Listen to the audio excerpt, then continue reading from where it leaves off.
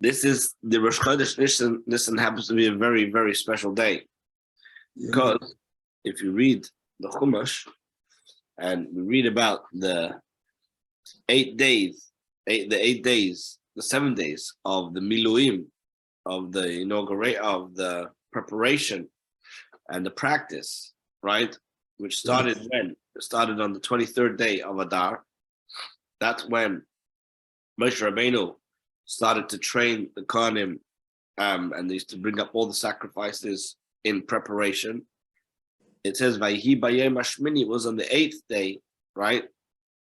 Then on the 8th day, that's when ultimately, when Aaron went in to bring up the Karbanis, right? That's when the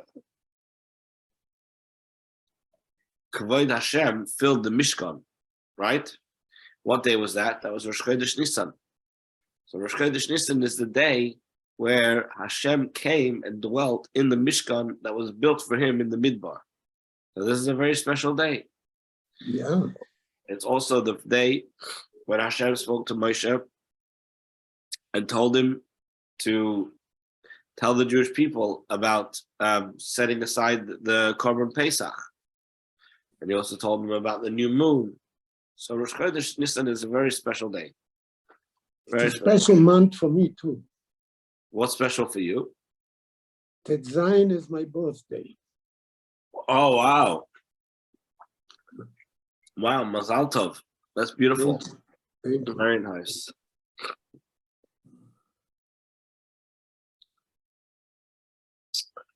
Yeah. Oh, yeah. So when Nissan comes around, I know my birthday is coming. There you go. Baruch Hashem. I guess people are still finishing up Musaf, Halal and Musaf. It's a long davening today. Yeah.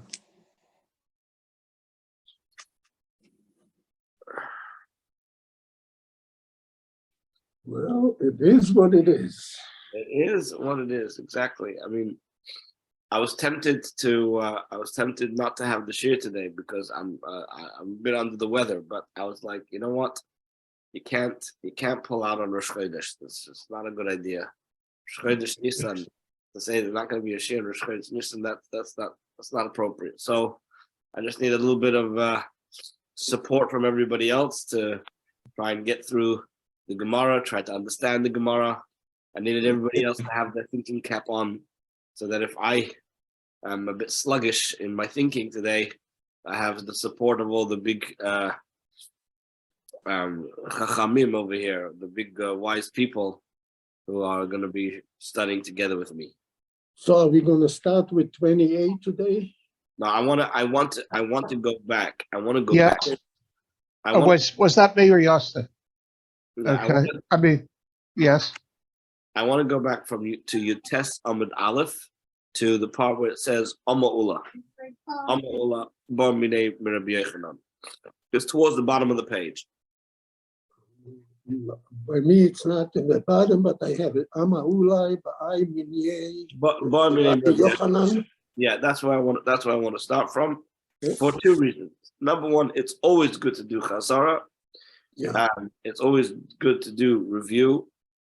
Number two, it helps me to be in a flow where I'm, remembering everything that leads up to the next piece of the Gemara, because the next piece of the Gemara is a little bit complicated. So it's just better to, it's like, when you're riding your bike, you want to ride down the hill before you go up the hill. So you're going, so you've got that speed working in your favor. So I kind of want to do it in that way, so that I can, make it. Get on the tracks. Yeah, exactly. It's a bit confusing, the Gemara, for me at the moment. My head is a bit out of it, but I'm going to do the best I can with what I have. Okay, let's see. We've got over here. Okay, I think we're going to start Let's just see if there's anybody else who's joining. Chodesh Tov, everybody. So, Chodesh Tov. Chodesh Tov. Okay. As I mentioned to the Chevra a little bit earlier, I'm a bit out of it, meaning my head is a bit under the weather, so I need everybody to pull their weight over here. If we get a little bit stuck, I need people to put on their thinking caps and help me pull through. We're going to start today from Daf Yud Tes Amud Aleph at the bottom of the Amud, from Amma Ula, and as I explained to the others, sometimes when you're gonna go drive up a hill, you want to first go down the hill and then go back up the hill, like where you pick up some speed and you get some momentum going, and then when it gets a little bit tough, we'll pull through. Anyway, so let's do this. Ready? Amma Ula. This is Daf Yud Tes Amud Aleph 19a4. It's like 3 line, the last 2 words on 3 lines before the big lines at the bottom of Yud Tes Amud Aleph. Amma Ula said, Bo mine Rabbi Yechanan. I asked the question of Rabbi Yechanan, Rabbi Yehuda. According to Rabbi Yehuda, we said, believe that the water was able to connect from the top to the bottom. So we want to know now, what is the law as far as immersing needles and spitting forks in the head of the first person, meaning while his feet are still in the water? Do we say good achis islein Rabbi Yehuda, that Rabbi Yehuda accepts the principle of you extend things lower? That's the idea of good achis, but good asik, less lay. But do we then say that the principle of extend and raise up, he doesn't accept? In that case, it won't be kosher. When you put the needles into the hair of this person, although his feet are still in the mikvah, but nevertheless, we don't say that the water of the mikvah will, so to speak, rise up and connect to the top. So that's the question he asked. Or perhaps good asik namisle. Maybe perhaps Rabbi Yehuda does accept the principle of extending and raising the water to meet the head. The idea of good achis, good asik, and then the needles will be kosher if you put them in the hair of the person, so long as his feet are still in the mikvah. So Rabbi Yechanan tries to answer this question. So Ula tells us that Rabbi Yechanan said to me in Isuha, the answer to your question, we've learned in the Brisa, says in the Brisa, Shlisha Gmamiyas Benachal, 3 holes that contain water on the slope of a valley. You have an upper one, a lower one, and a middle one. So the top one and the bottom one have shall esrim saw. Each one contains 20 saw in each of them. Obviously, that's not kosher for a mikveh because a mikveh needs to have 40. However, the middle one, shalabayim saw, had 40 saw. So you've got 20, then 40, then 20.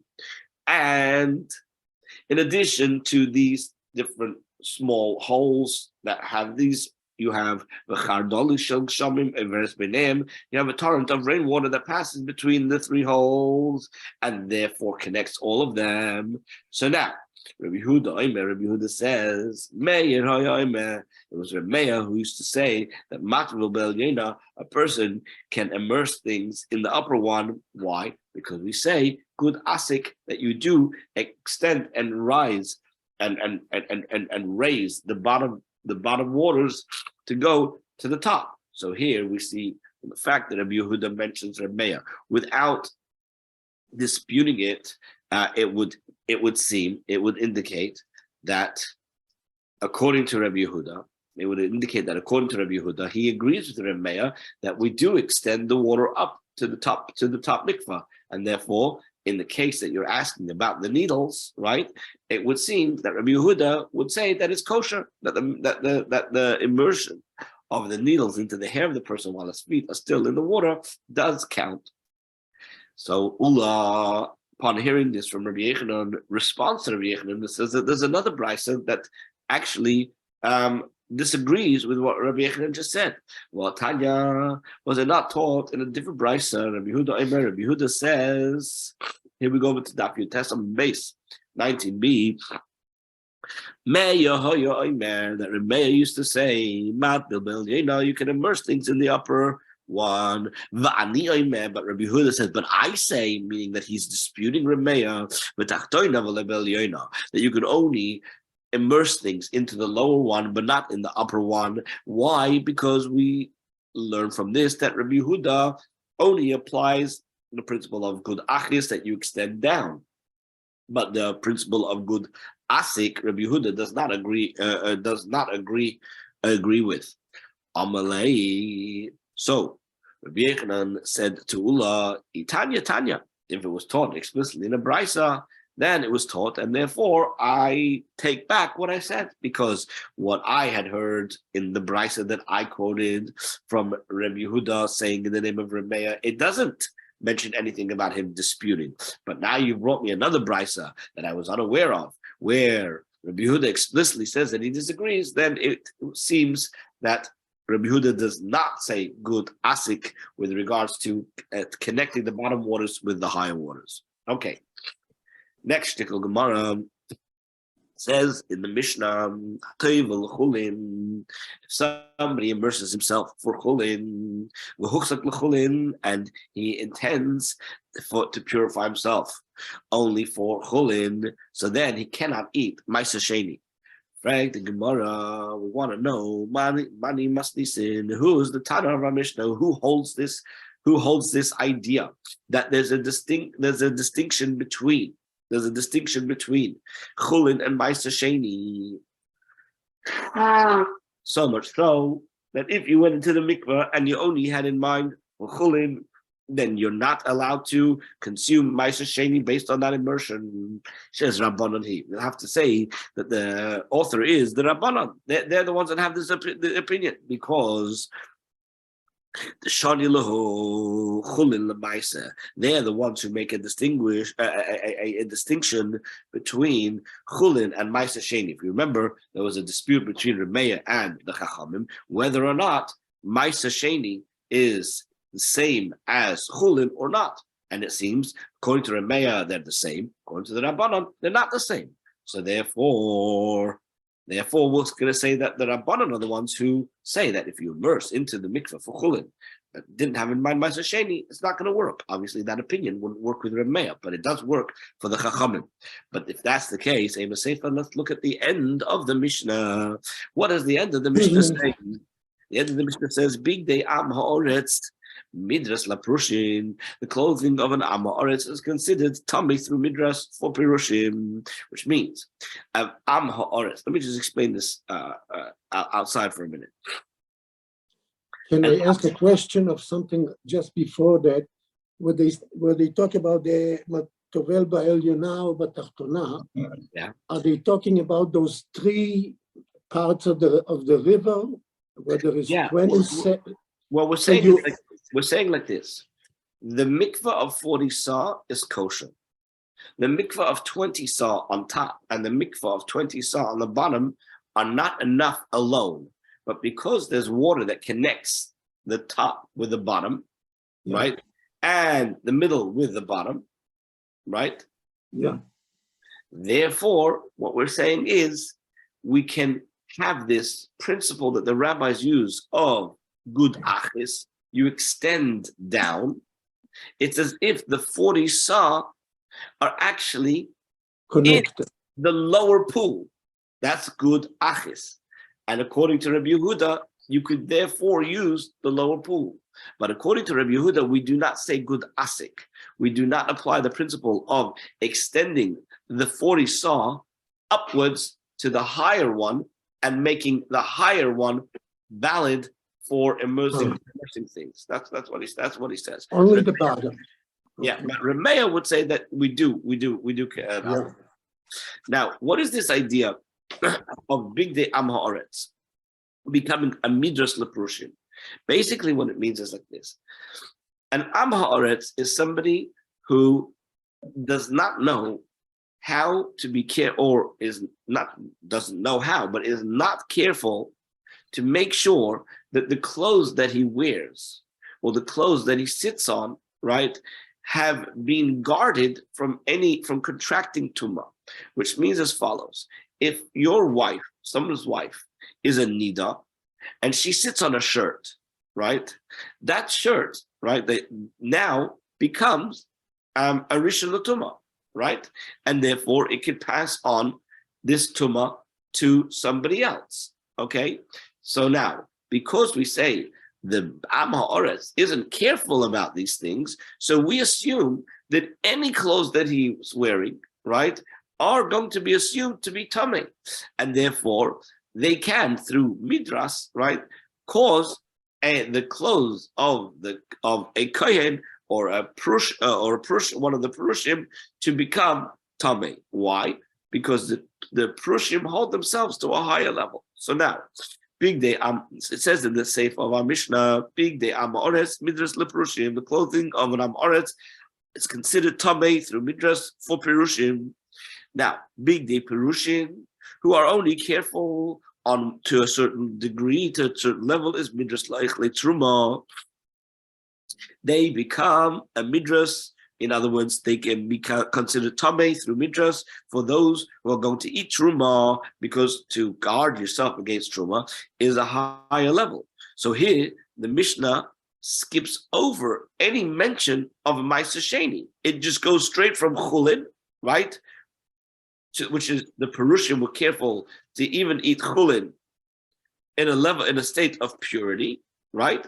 But it goes straight to the level of what? Truma.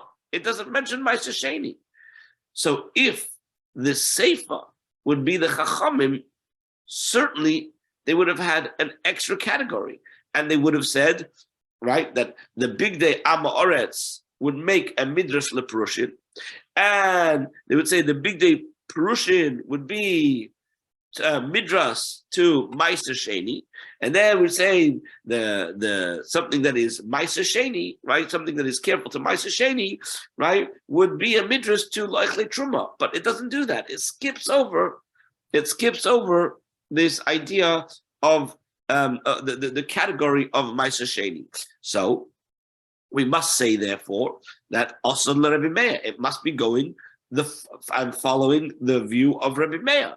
The Amma that he says, Chulin or Maisa kahadi ninu, kadadi ninu, that Chulin and Maisa have the same level and the same rules. And that's why there's only 4 categories and not a 5th one mentioning Maisa Sheni.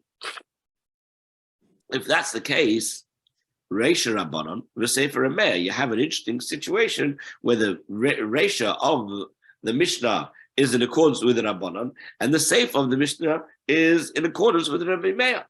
And for the Gemara, that's taka the case. That's exactly what happened. Reisha Rabbanon, the first part is in accordance with the rabbis, the Sefer and Meir, and the end is, the latter part of the Mishnah is in accordance with Rabbi Meir. Okay. Says the Gemara, Rav Acha bar Ada. So this guy named Rav Acha bar Ada, Masne le b'Sefer Chamish Milas, he has a version of the last part of the Mishnah, not mentioning 4 levels, but rather 5 levels. And once he has 5 levels, which would include the level of Ma'aser Sheni as being one of the levels, so then Mukila Kula Karabanan, he can read the entire Mishnah, both the Reisha and the Sefer, to fit in with a view of the rabbis. Okay. Now, the next shtickle we got a little bit stuck on yesterday. Hopefully, by doing Chazara, we'll gain some clarity. So, just over the page on Daf Chof Amud Aleph, we're going to bring 2 opinions. One opinion is that chulin that were nase al taras hakodesh are like chulin, and the other opinion is that they are like truma. Okay, those are 2 opinions that we bring. However, Rav Mari wants to say that, putting those 2 opinions aside, it seems that from our Mishnah, chulin that was prepared with the carefulness of taras hakodesh have the same level as Kodesh itself. Okay, it has the same level as Kodesh itself. And we're going to try and prove that. Now, I just want to remind everybody about the basic principles as follows. Chulin, which means ordinary food. Ordinary food can become rishon or a sheni l'tumah. Okay, it can become a rishon or a sheni l'tumah, but there's no progression beyond that. Okay, a chulin cannot become a shlishi l'tumah. Okay, chulin cannot make other chulin shlishi l'tumah. It's only rishon or sheni. Truma is one step up that can become shlishi, but it cannot become revi'i. Okay, Truma can be shlishi, but it cannot become revi'i. However, kodesh is something that comes even to the level of revi'i. Okay, which means that something can be passed on from rishon to sheni, and then from sheni to shlishi, and then that shlishi can touch this and pass it on to a level of revi'i, and then it would be invalid for the person who's eating kodesh. It was invalidate the kodesh. So now, when we say that somebody is careful to eat chulin al taras hakodesh, prepare chulin al taras hakodesh, this means that the person won't even let any of these things become a revi'i l'tumah. That's what it means. That he won't allow his chulin to even reach a level of a revi'i l'tumah. Okay, so now Amar of Mori says, Shema Bina, let us learn out from our Mishnah that chulin shenas al taras hakodesh, chulin that were prepared according to Tahara standards of kodesh. Kodesh double is like kodesh itself, meaning it has the din of kodesh, meaning it can become a revi'i l'tumah. The Gemara mimai. What's the proof? What's the proof from our Mishnah? He says, because the Mishnah did not teach a separate level regarding chulin that was made al taras hakodesh, it must mean that it fits in with the level of kodesh itself, and so therefore its din would be the same din as kodesh.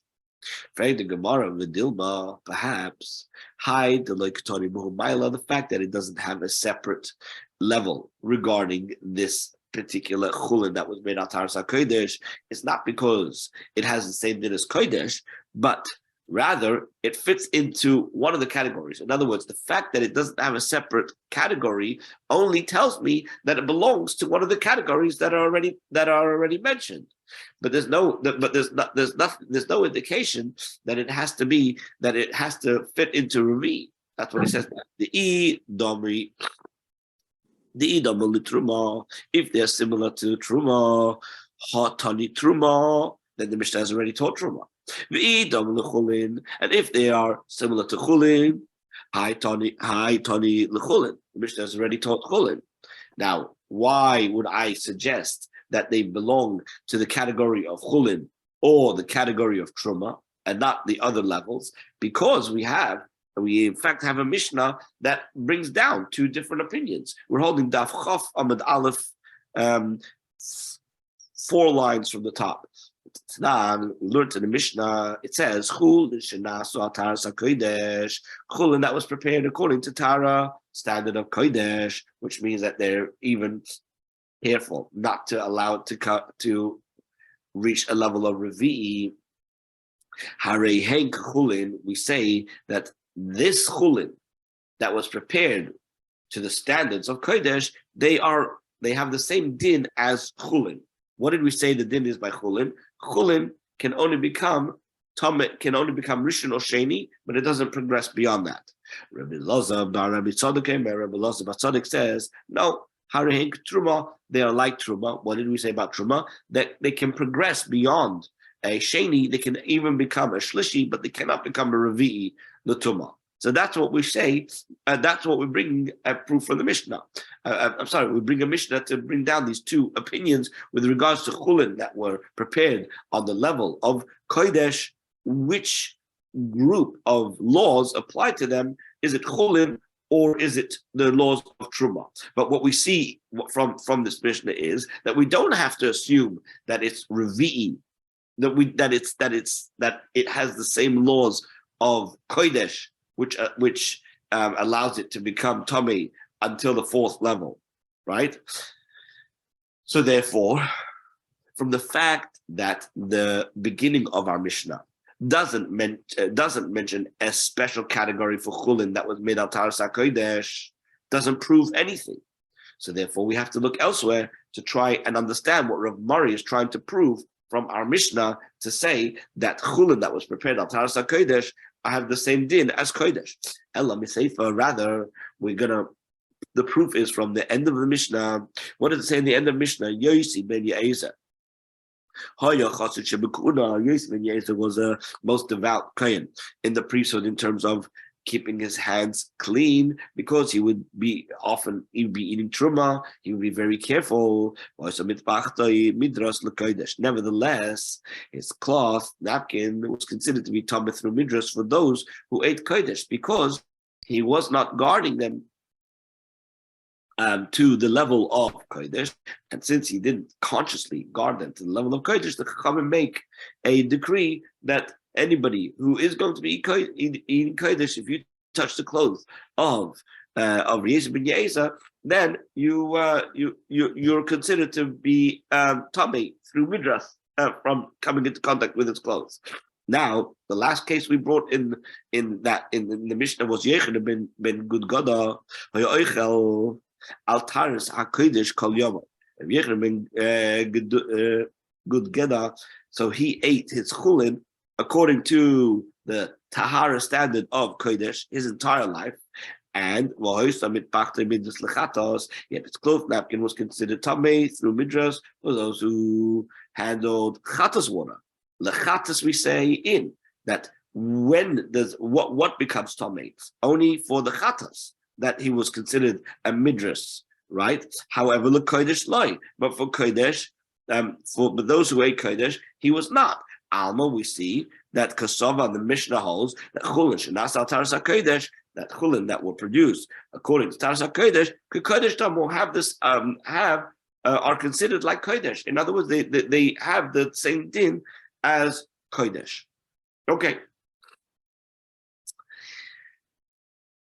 Now the Gemara is moving over into a whole new area, and that is what happens if a person comes along and he thinks that he's guarding something. However, for a moment he averts his mind, or not just averts his mind, but he gets confused and thinks that he's protecting one thing when in fact he's protecting something else. Does that now make this particular thing that he's guarding tamei? Why? Because he didn't have a proper guarding. So that's the whole what's coming ahead. And Chevra, I need your help. So let's try to do this together. Here goes.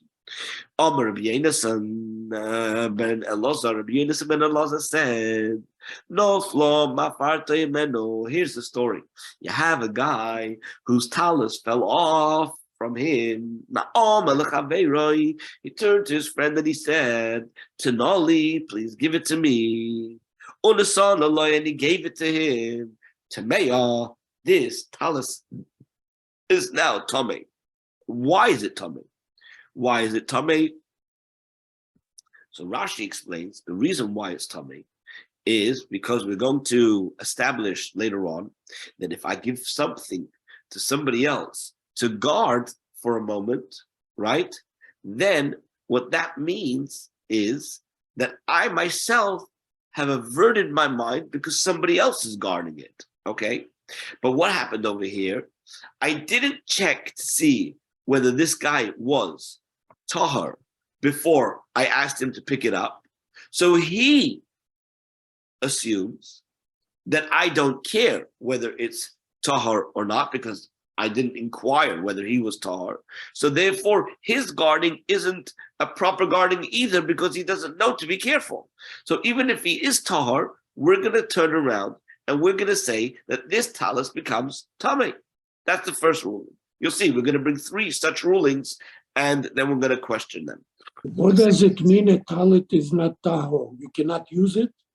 What it means is that in terms, we explain the idea of a midras, right? Yeah. A midras is that a piece of clothing can contract tummy from somebody else, right? So if a person guards his clothes so that they should not contract this tumah, then they're okay. But once they contract this tumah, right, then they need to be immersed. Mustama. I think that's what it means. They need to be immersed. The talus has to be immersed. Yeah. Okay. I think Rabbi, is it only a talet, or can it be a suit that's without shotness? I mean, you go into a men's clothing store and people are exchanging clothes to try on and whatnot. I mean, is that could that also be? It seems that it's not really a talus like the conventional talus that we talk about. It just means a shawl, any kind of garment that a person wears over his shoulders. So it could be anything. It could be a sweater. You know what I mean? I don't think it's particular to a talus. It's any clothing. So how is that dealt with when you're going into a men's clothing store and you're buying a suit and somebody else is handling it? So the Perushim who were careful, they wouldn't go in. They would only get it from somebody who they knew was careful. They wouldn't buy it from the commonplace. Because that's why they're called Perushim. The Perushim, right? The Pharisees. Many people were upset with them because they felt snubbed, because they felt that these people wouldn't want to mingle with these people because they're trying to keep this high level of tahara, and they felt that other people felt excluded by them.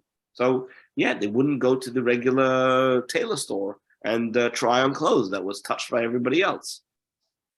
Because in Brooklyn or in New York, there's so many men's clothing stores that that are run by the religious establishments, and they have these are suits that are been checked for shotness, and they're people are buying clothes and people are handing them to try on and this and that. I mean, it's right. But I mean, I've mentioned this before.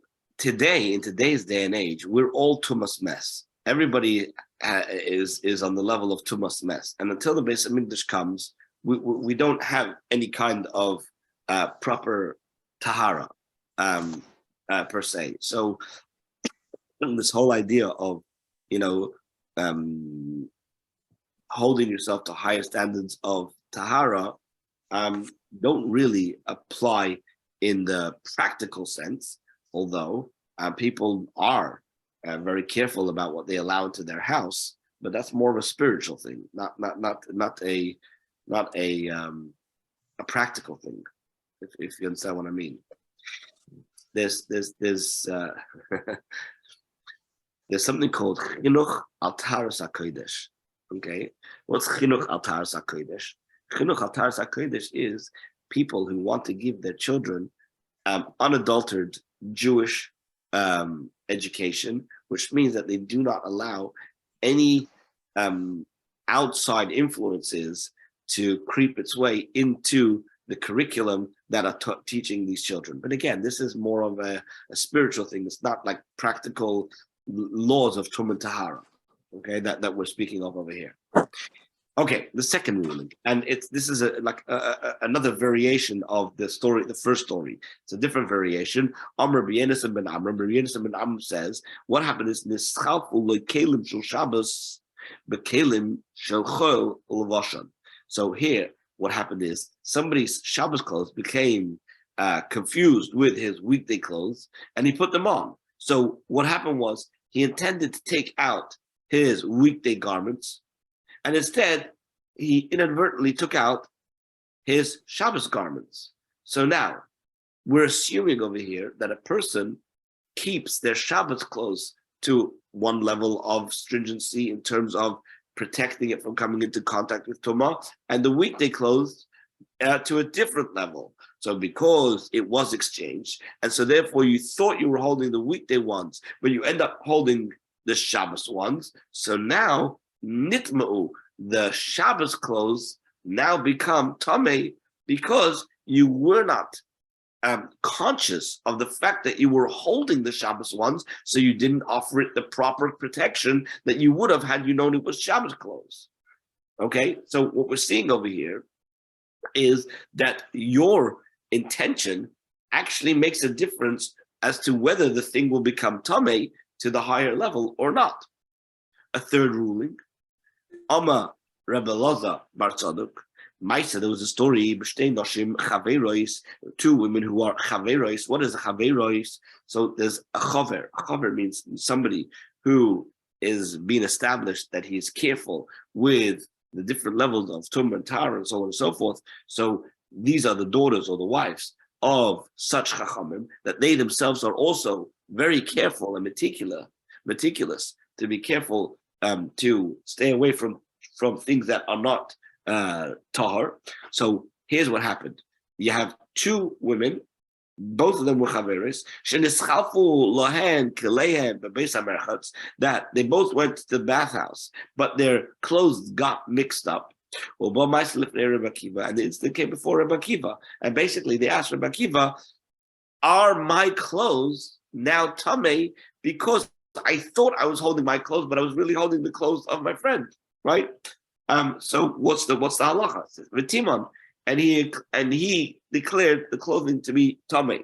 So what we see is that guarding an item on the assumption that it is something different is not considered to be a proper guarding, and therefore that piece of clothing becomes tamei. So if that's so, Frank the Gemara Maskiv Lo Reb Oishia asked the question, Ela miata, if so, Hoishit Yad L'Sal. If you're going to take this logic and you're going to follow it to the end, then what you're going to end up saying is that if I take from a basket a roll, now, what do I put my hand in to take? Lito paschiten. I wanted to take a wheat bread, right? But also but what I ended up pulling out was a barley bread. So hachinatli the nitness. So now you're gonna have to say that what? That it's now become tamei because I thought I was putting my hand in to a tahar basket of bread, where the bread was all tahar.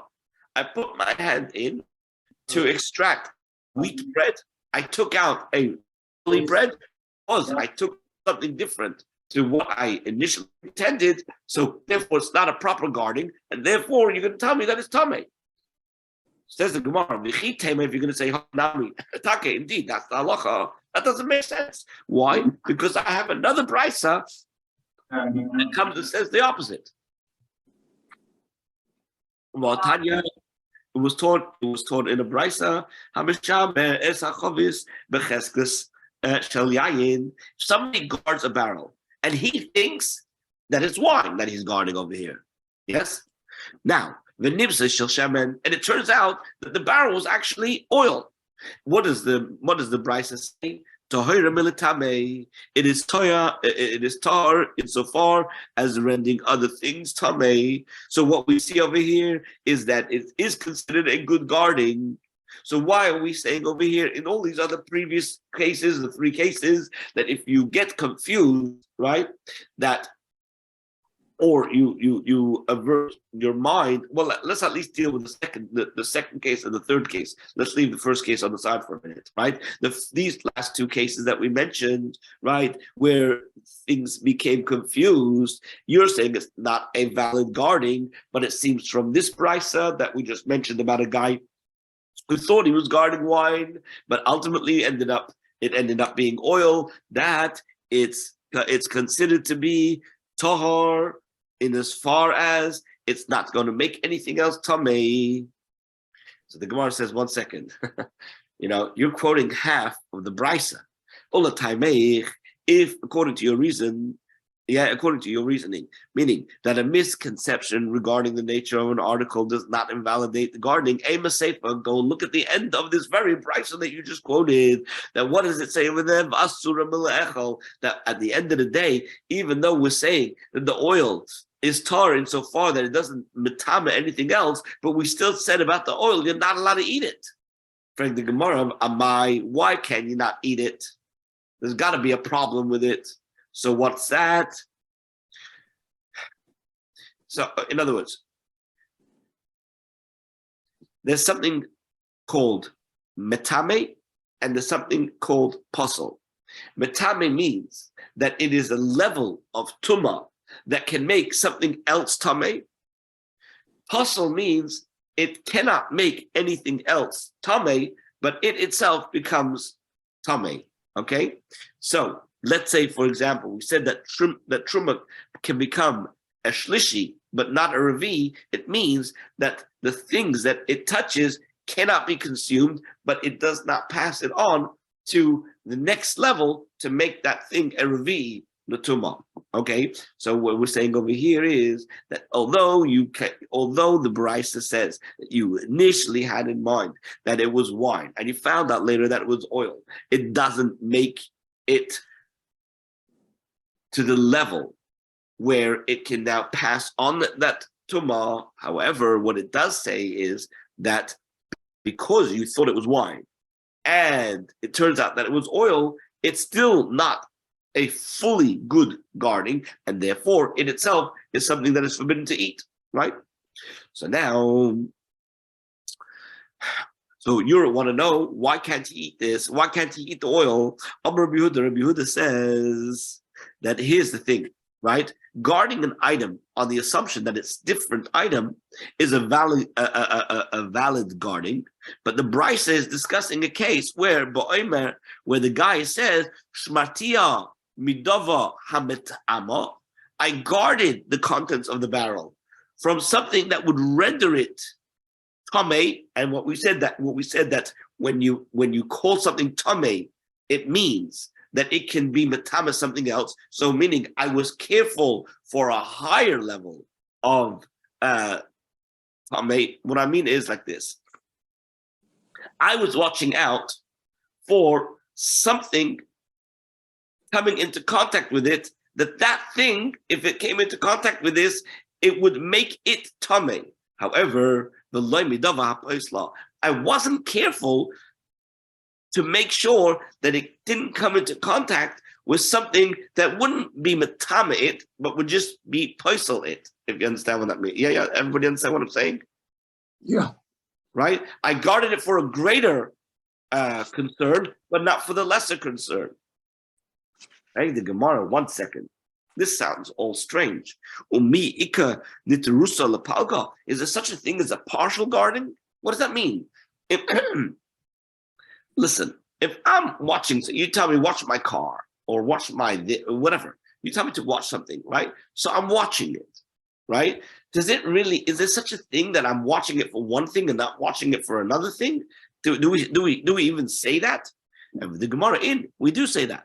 Because it was taught in the brisa that if a person extended his hand into a basket, and now this basket was holding figs, it was carrying figs, and the basket was on his shoulder, and it had a shovel inside the basket. Rashi says the reason why you had the shovel was to separate the figs, right? So you have over here, think about it for a minute. You've got a basket full of figs on your shoulders.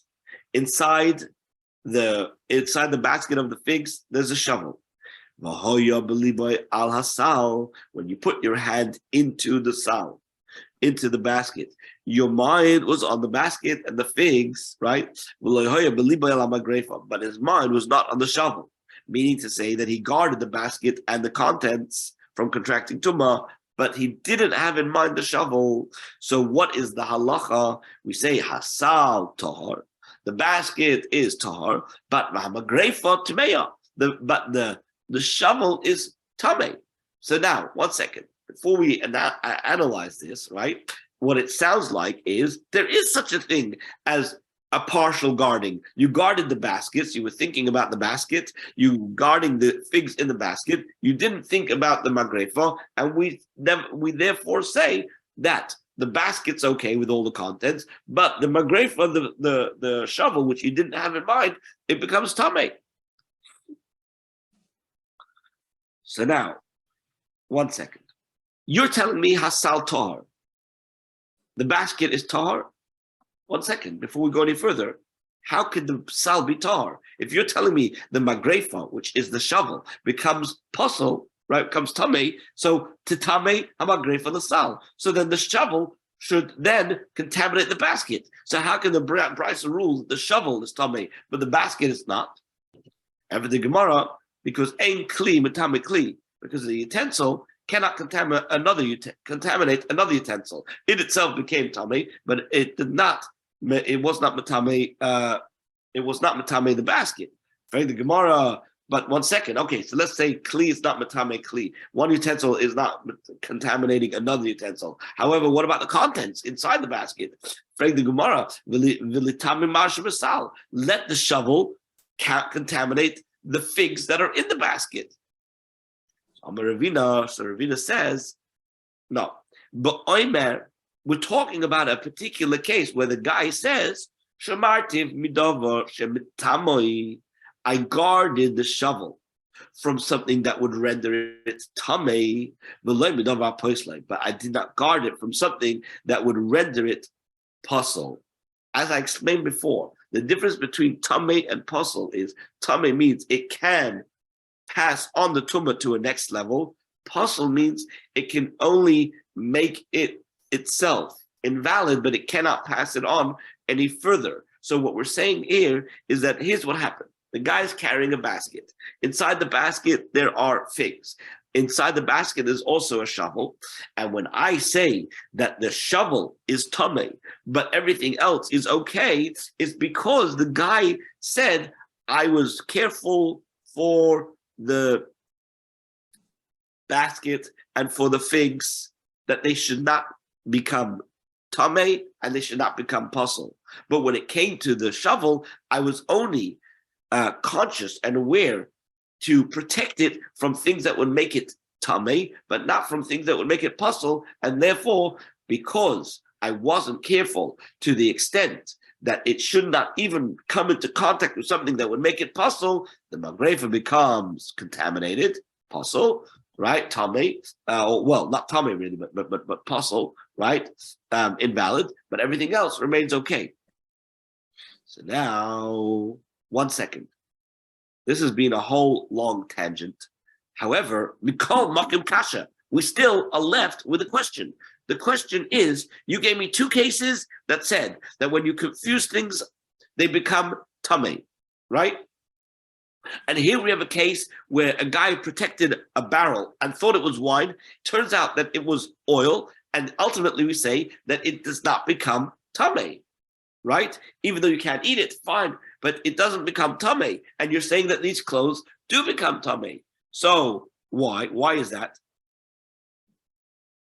The oid, and furthermore, another question.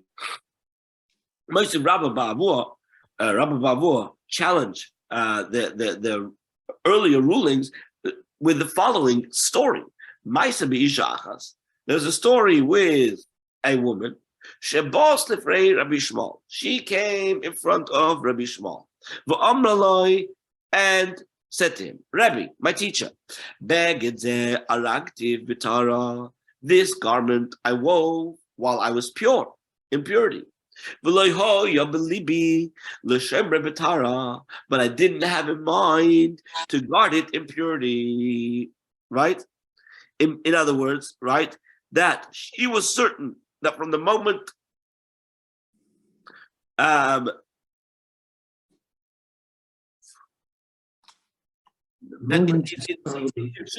she was saying that she was sure that it did not become tamei, right? But she admitted she had not consciously guarded it from tumah during that time.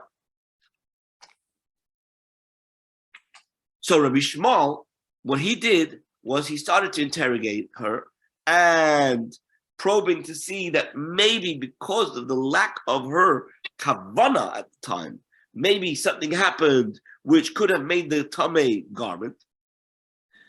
I just want to say, when it comes to making a garment tamei, until it reaches the size of 3 fingers by 3 fingers, right? It's not susceptible to tumah because it's not considered a beged.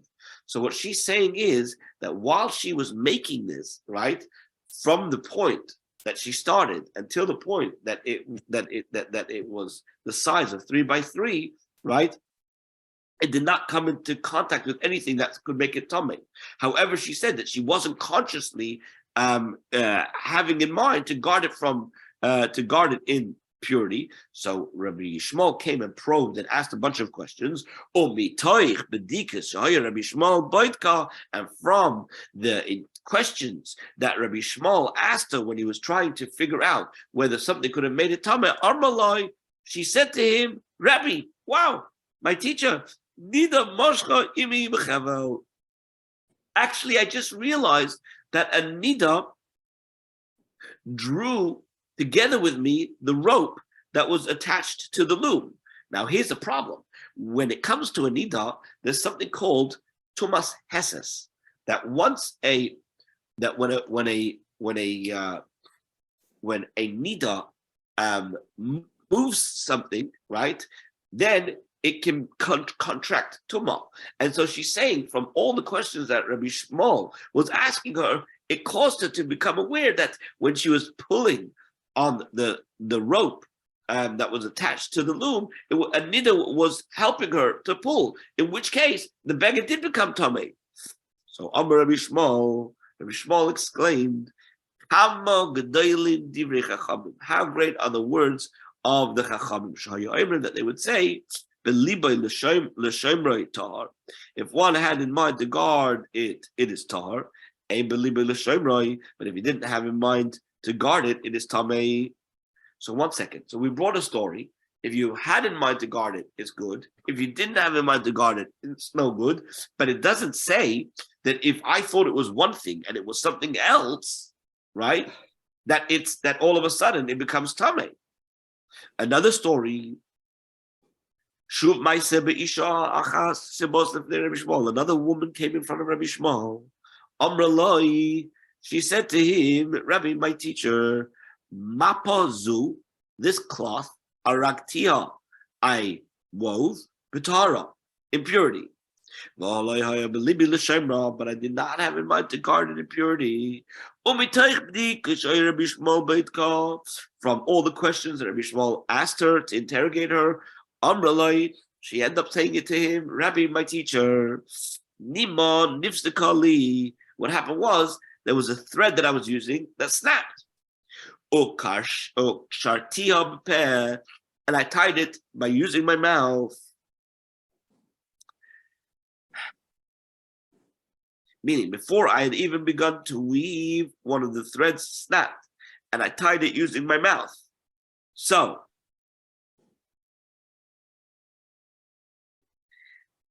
what that means, when I sat down to weave this garment, I was no longer a nida. I'd already gone to the mikvah. However, the original thread, when it snapped, right, I put it in my mouth to tie it, and as a result, I think because of that, she was able to contaminate that thread from the beginning. And so therefore, even though it doesn't become tamei until it's 3 fingers by 3 fingers, but the whole thing, the string itself, maybe it remained wet, or I'm not sure what exactly happened. 1 second. But Rabbi, yeah, the string was tamei, she was not. Right? No. So here's what happened. Right? What happened was that there's a possibility that after the woman had finished making the cloth to the size of 3 fingers by 3 fingers, right, there was still some saliva left on it. Now, the saliva of a nida is considered an avatuma, which is capable of making kalim or begadim in this case tuma.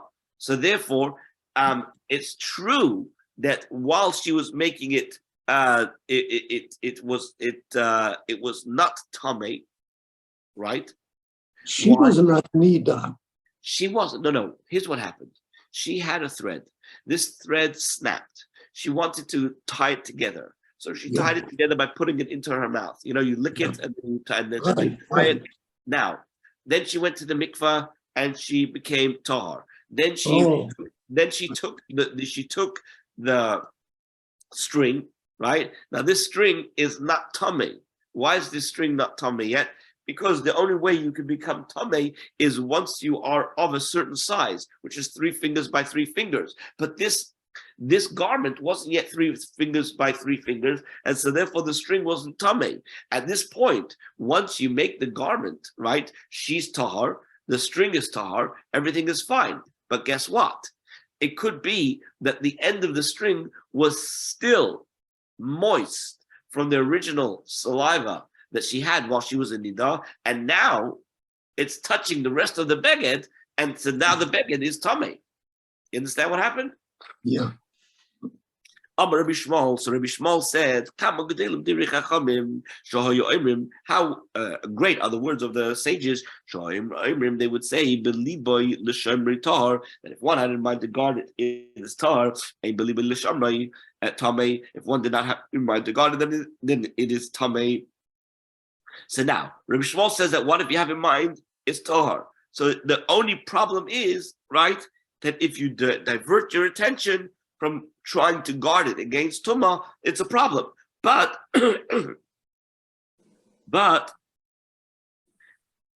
in our 2 cases that we mentioned before, the person was guarding it from tumah.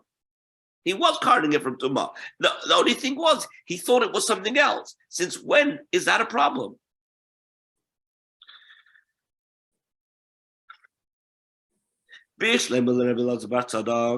Everything is good with regards to Rebbe Elazar Bat Tzadok. What did he say? He said, when we're talking about the garments that were exchanged at the bathhouse, because there we could say the reason why Rabbi Akiva ruled that it's tamei is because kol achas v'achas emeres, each woman says to herself, chaverti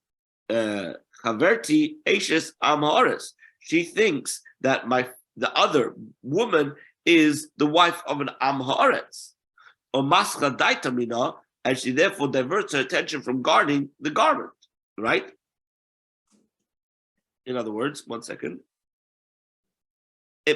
As soon as I pick up this garment that doesn't belong to me, and I realize that it's not mine, and I think the other woman is the wife of an am haaretz, so therefore I'm not consciously trying to protect it from tumah, right? So therefore, I have diverted my attention. So in that case, it makes sense that Rabbi Akiva would turn around and say, in that case, it becomes tamei.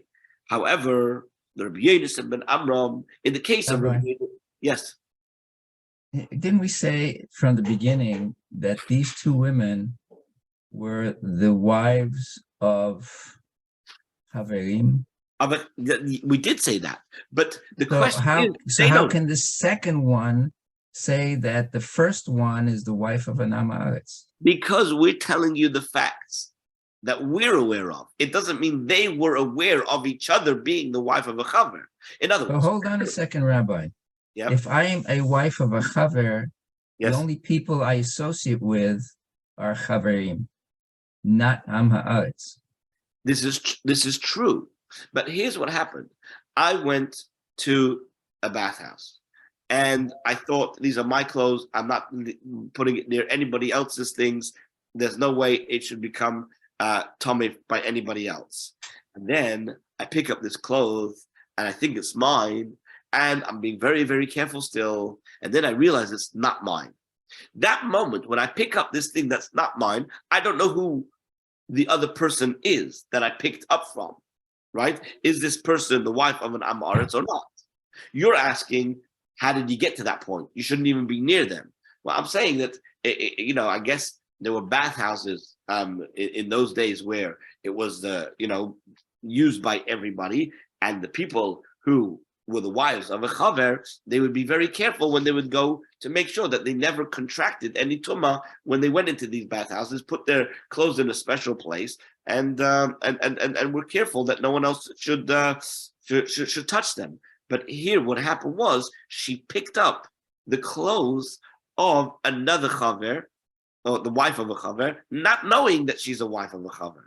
So since she didn't know that it was a wife of a chaver, so therefore, for that moment, she didn't provide for the clothes a proper protection. So therefore she's Masiach Tas, right? But now, but as far as the law of Rabbi Yonasan ben Amram, which is the case of the person who intended to take his weekday garments, but he ended up taking out his Shabbos garment, even the Kalim, the Shabbos of Lahu, Shimur Tfei, since one usually guards his Shabbos clothes more carefully than his weekdays ones. So now, due to the switch, he only guarded them as much as he would usually guard his weekday ones. So Masach Daite Minayu, so he diverts his attention from them. But Rabbi Yonasan ben Elazar, but as far as the law of Rabbi Yonasan ben Elazar, which was the first case that we mentioned. And what was the first case? That the guy dropped his shawl, right? And another guy picked it up. David Lahush Mirav Bidei the Chavere. Let the owner guard it while it's in his friend's hands. In other words, you're watching it while your chaver is picking it up. I dropped my talis. I'm a bit old and I'm not able to bend over as well. So I asked my friend, can you pick it up, right? So why can't I watch while he's picking it up and guard it while that's happening? Says the Gemara, Rabbi Yochanan says, Chazaka. I already explained this before from Rashi, but here's the answer. Chazaka ein Odom b'shamer ma shebiyad chaveroi. There's a presumption that a person will not guard that which is in his fellow's hand. Okay? And what did Rashi explained this before? That the other guy who's picking it up is assuming that you don't need it guarded. So he's not guarding it either. And so therefore, the first case, it still makes sense to say that the garment, this talis, is going to be tamei. Right? The Gemara of Eloi, is this takik true that a person does not guard that which is in his fellow's hand? And here we go over to Daf Chof Amud Base. Well, Tanya, did we not? Was it not told in Brisa? Hare Shoyu Chamorov Opelov to Unintarais. Somebody hired donkey drivers or workers were carrying his tar items like a barrel of wine from place to place. Even if he distanced himself more than a mil, his tar items remain tahar. But if he said to them, go ahead, and I'll come later. As soon as they disappeared from his view, his tar items are tamei. So now, and if you should think that a man does not guard that which is in his fellow's hand, so maishna reisha or maishna sefa, what's the difference between the brisa, with the case in the earlier case and the last case? In other words, even in the first case, the wine should be considered unguarded because we said that anybody who is holding on to something, then the other person is not guarding it. What was the principle we said? That a person doesn't guard something that his friend is holding. So then the first case also, all the things that are being carried for you, your barrels of wine, etc., should all become tamei. But we say it doesn't become tamei so long as you're there. Rabbi Yitzchok Nafchos, the Gemara answers that Rabbi Yitzchok said, Reisha, the beginning is Reisha b'metay chamorov or pe'olav l'kach. In the first case, it's discussing where the boss purifies his donkey drivers and workers for this purpose. In other words, he tells them they've all got to go to the mikvah before transporting the barrels. Right? The Gemara, if so, Seifa Nami. Oh, we've already gone over, but if people are not rushing, I'd just like to read 2 more lines and we can finish the parak. If so, Sefer Nami, what about the last case? That should also be Torah. If they went to mikvah for that particular reason, then why couldn't the end of the thing that you quoted, the brisa that you just quoted, shouldn't they be Torah? And for the Gemara, and Amaretz is not particular about contact by his fellow Am Haaretz. So now that we've explained that the brisa does not contradict the rule of Rabbi Yochanan, that a person who has gives something over to somebody else to pick up or to hold on to, he doesn't guard it as well. So in the first case as well, the Baal should be Tomei. If you're saying that Am Haaretz is not makbid al maga chaverai, so then why is the first case not Tomei? So he says, the Gemara, the Bryce is talking about when the boss could come upon them in a circuitous route, and so therefore they have what's called mirsas. They have the fear of the boss catching them, and they lose their job. So ihachi sefanami. But then if that's the case, you could say the same to the end. Come from an unexpected place and catch them. And for the Gemara, once he said to them, go ahead and I'll follow you. They're confident that he will not arrive for some time after that, and they're not worried about him coming the next minute to catch them, not being careful with these items. Hadran Aloch in Darshan. This is the end of the Perek Sheni. I wish you all a wonderful Chodesh Tov. Chodesh Tov. Thank you, Rabbi. Thank you, Rabbi. Thank you, Rabbi. Bye-bye, everyone. Thank you, Rabbi. Bye-bye. Good Chodesh, everyone.